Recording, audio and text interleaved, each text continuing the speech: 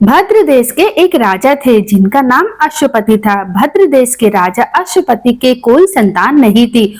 उन्होंने संतान की प्राप्ति के लिए मंत्रोच्चारण के साथ प्रतिदिन 1 लाख आहुतियां दी। 18 वर्षों तक यह क्रम जारी रहा। इसके बाद सावित्री देवी ने प्रकट होकर वर दिया कि राजन, तुझे एक तेजस्वी कन्या पैदा होगी। सावित्री देवी की कृपा से जन्म लेने के कारण से कन्या का नाम सावित्री रखा गया। कन्या बड़ी होकर बेहद रूपवान हुई। योग्य वर न मिलने की वजह से सावित्री के पिता बहुत दुखी थे। उन्होंने कन्या को स्वयं वर तलाशने भेजा। सावित्री तपोवन में भटकने लगी। वहां साल्व देश के राजा धूमतसेन रहते थे, क्योंकि उनका राज किसी ने छीन लिया था। उनके पुत्र सत्यवान को देखकर सावित्री के पति के रूप में उनका वरण किया। ऋषि राज नारद को जब यह बात पता चली तो राजा अश्वपति के पास पहुंचे और कहा कि हे राजन, यह क्या कर रहे हो? आप सत्यवान, गुणवान हैं, धर्मात्मा हैं और बलवान भी हैं, पर आपकी आयु बहुत छोटी है। वह अल्पायु है। 1 वर्ष के बाद ही उसकी मृत्यु हो जाएगी। ऋषि राज नारद की बात सुनकर राजा अश्वपति घोर चिंता में डूब गए। सावित्री ने उनसे कारण पूछा तो राजा ने कहा, पुत्री, तुमने जिस राजकुमार को अपने वर के रूप में चुना है वह अल्पायु है। तुम्हें किसी और को अपना जीवन साथी बनाना चाहिए।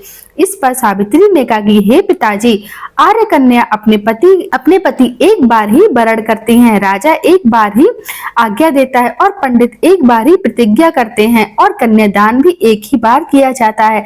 सावित्री हट करने लगी और बोली, मैं सत्यवान से ही विवाह करूंगी। राजा अश्वपति ने सावित्री का विवाह सत्यवान से कर दिया। सावित्री अपने ससुराल में पहुंचते ही सास ससुर की सेवा करने लगी। समय बीतता चला गया। नारद मुनि ने सावित्री को पहले ही सत्यवान की मृत्यु के दिन के बारे में बता दिया था। वह दिन जैसे जैसे करीब आने लगा, सावित्री अधीर होने लगी। उन्होंने 3 दिन पहले से ही उपवास शुरू कर दिया। नारद मुनि द्वारा कथित निश्चित तिथि पर पितरों का पूजन भी किया। हर दिन की तरह सत्यवान उस दिन भी लकड़ी काटने जंगल में चले गए। साथ में सावित्री भी गई। जंगल में पहुंचकर सत्यवान लकड़ी काटने के लिए एक पेड़ पर चढ़ गए। तभी उसके सिर में तेज दर्द होने लगा। दर्द से व्याकुल सत्यवान पेड़ के नीचे उतर आया।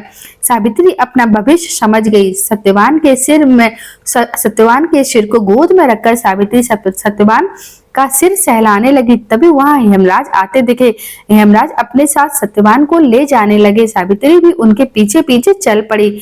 हेमराज ने सावित्री को समझाने की कोशिश की, यह विधि का विधान है, लेकिन सावित्री नहीं मानी। सावित्री की निष्ठा और पतिपरायणता को देख हेमराज ने सावित्री से कहा कि हे देवी, तुम धन्य हो, तुम मुझसे कोई वरदान मांगो। सावित्री ने कहा कि मेरे सास ससुर वनवासी और अंधे हैं, उन्हें आप दिव्य ज्योति प्रदान करें। यमराज ने कहा, ऐसा ही होगा, जाओ, अब लौट जाओ। लेकिन सावित्री अपने पति सत्यवान के पीछे पीछे चलती रही। यमराज ने कहा, देवी, तुम वापस जाओ। सावित्री ने कहा, भगवान, मुझे अपने पतिदेव के पीछे पीछे चलने में कोई परेशानी नहीं है।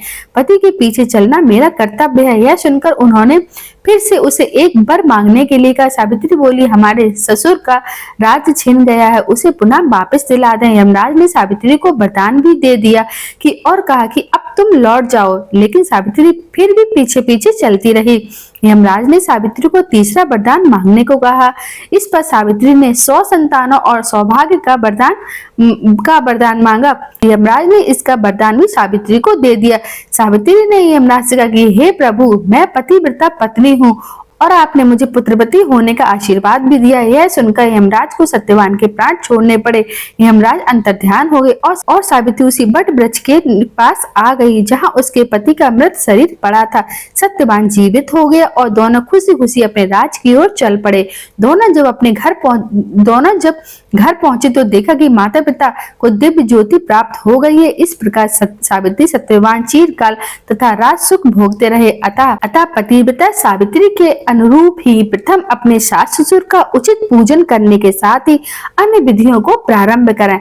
बट सावित्री व्रत करने से और इस कथा को सुनने से उपवासक के वैवाहिक जीवन या जीवन साथी की आयु पर किसी प्रकार का कोई संकट आया भी हो तो वो टल जाता है। दोस्तों, ये थी बट सावित्री व्रत की कथा। इस कथा को सुनकर आप अपने इस व्रत को पूरा कर सकते हैं। हे वटवृक्ष, जैसे आपने सावित्री के पति को लंबी आयु दी, वैसे ही सभी के पति को लंबी आयु और अच्छा स्वास्थ्य देना। तो बोलो जय श्री कृष्णा, राधे राधे।